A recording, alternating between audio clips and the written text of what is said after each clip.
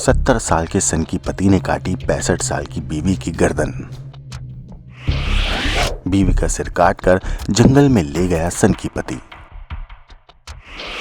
घर के आंगन में पड़ी थी बीवी की सिर कटी लाश। 65 साल की महिला का कटा सिर पेड़ के तने में पति ने फंसाया। इस पेड़ की फोटो को देखिए और देखिए पुलिस और उसके खोजी कुत्ते इस पेड़ के आसपास खड़े हैं, क्योंकि ये वही पेड़ है जहां एक 70 साल के पति ने अपनी बीवी का सिर काटकर इस पेड़ के तने के बीच रख कर फरार हो गया। एक सन की कातिल पति जिसने बीवी को इतनी खौफनाक मौत दी जिसे देख पुलिस भी हैरान थी। आज आपको एक ऐसे कत्ल की कहानी बताएंगे जिसे जानकर आपको भी सेहरत महसूस हो जाएगी, क्योंकि एक सन की कातिल पति ने जुर्म की एक ऐसी कहानी अपनी पत्नी के खून से लिखी जिसके बारे में कभी उस महिला ने भी सोचा नहीं होगा।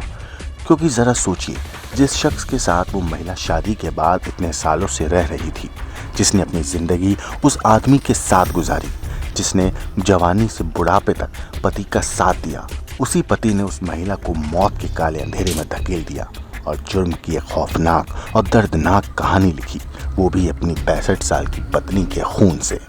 असल में मध्य प्रदेश के सागर में 70 साल के पति ने अपनी 65 साल की पत्नी की गर्दन काटकर उसका कत्ल कर दिया। फिर धड़ से सिर अलग किया और बालों को रस्सी से बांधकर घर से करीब 600 मीटर दूर पेड़ के तने में फंसा दिया।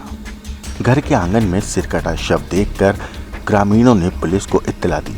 पुलिस मौके पर पहुंची, पंचनामा बनाकर कटे सिर की पड़ताल करनी शुरू कर दी। इस बीच गांव से करीब 600 मीटर दूर ज्वाला देवी मंदिर रोड पर एक पेड़ के तने के बीच सिर नजर आया। मामला राहतगढ़ थाना इलाके के टहरा टहरी गांव का है।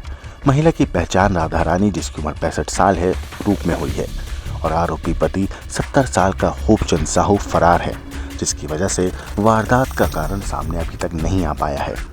जब इस मामले में पुलिस ने पूछताछ करी तो पता चला कि खूबचंद के घर में मंगलवार रात भजन हुए थे और देर रात करीब 1:30 बजे लोगों ने राधा रानी और खूबचंद को एक साथ देखा था, मगर सुबह राधा रानी की खून से लथपथ लाश मिली।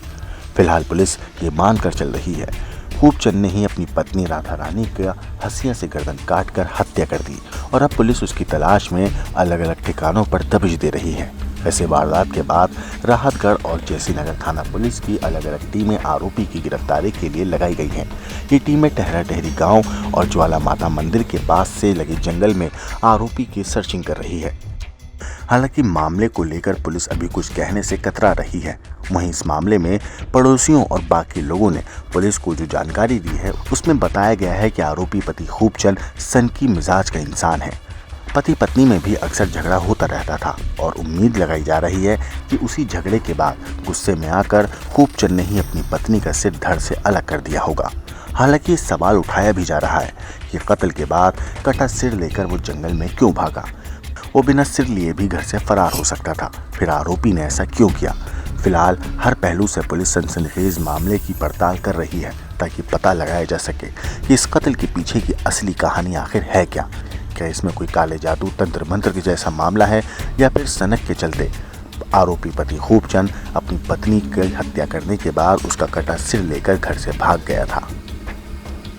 ब्यूरो रिपोर्ट, क्राइम तक।